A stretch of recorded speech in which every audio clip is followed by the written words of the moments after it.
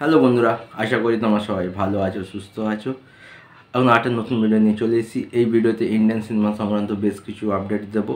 তো চ্যানেল যদি নতুন থাকো সাবস্ক্রাইব করে দিও, আর ভিডিওগুলো ভালো লাগলে লাইক করে দিও, কমেন্ট করে দিও, শেয়ার করে দিও। দেখো, প্রথম আপডেট হচ্ছে আমির খানের যে নেক্সট মুভি আছে সিতারে জামিন পার, তার ট্রেলার আসার কথা ছিল 8 তারিখ, কিন্তু অপারেশন সিন্দুরের জন্য তার ট্রেলার ড্রপ আউট করা হয়নি। শোনা যাচ্ছে নেক্সট উইক বা আগামী 5-6 দিনের মধ্যে সিতারে জামিন পার ট্রেলার আসবে। কেন সিতারে জামিন পার কোনো টিজার আসবে না, ডাইরেক্টার ট্রেলার আসবে। এখন এটাই দেখার কবে মেকার্সরা সিতারে জামিন পার ট্রেলার নিয়ে আসে। সেকেন্ড আপডেট হচ্ছে এসআরকে নিয়ে।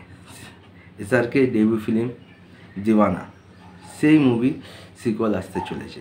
আমরা সবাই জানি দিওয়ানার মাধ্যমে বলিউডে একটা নতুন সুপারস্টারের জন্ম হয়েছিল, তার নাম ছিল এসআরকে। এবার সেই সিনেমার সিকুয়াল আসতে চলেছে, তো সিকুয়ালটা নিশ্চয়ই এসআরকে করবে না। শোনা যাচ্ছে গুড্ডু ধানুয়া এবং ধর্মেন্দ্র কাজিন তারা এই সিনেমাটা প্রডিউস করতে চলেছে। এবার যেহেতু দিওয়ানা সিকুয়েল, তো আশা করি এখানে আমরা নতুন কোনো মুখকে দেখতে পাবো। থার্ড এবং সবথেকে বড় আপডেট হচ্ছে বর্ডার 2কে নিয়ে। ইয়েস, বর্ডার 2 আমরা জানি নেক্সট ইয়ার 2026-এ রিলিজ করতে চলেছে। বর্ডার 2 আমরা সানি দেওয়ালকে দেখতে পেয়েছি ক্যারেক্টার হিসাবে, বরুণ ধাওয়ানকে দেখতে পেয়েছি, দিলজিৎ দোসাঞ্জকে দেখতে পেয়েছি, কারণ তাদের প্রত্যেকটা ক্যারেক্টারের অ্যানিমেশন ভিডিও এসে গেছে।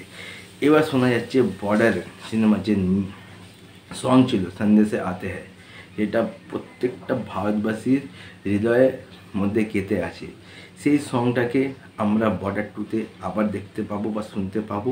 এবং শোনা যাচ্ছে এই সংটা এবার গাইতে চলেছে অবশ্যই লিজেন্ড সোনু নিগম এবং এখনকার সুপারস্টার সিঙ্গার অরিজিৎ সিং।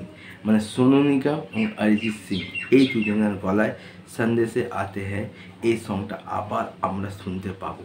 মানে বুঝতে পারছো, এটা একটা আলাদাই, মানে কি বলবো, মানে প্রত্যেকটা লোম গায়ে খাড়া হয়ে যাবে। এমনিতে যখন সন্দেশে আতে এই সংটা চলে না, মানে হৃদয় শুয়ে যায়। এবার সাথে সোনু নিগমের সাথে অরিজিৎ সিং যদি কম্বো আসে তাহলে কী হবে। আপাতত ভিডিও এইটুকুই, দেখা হচ্ছে একটা নতুন ভিডিও নিয়ে।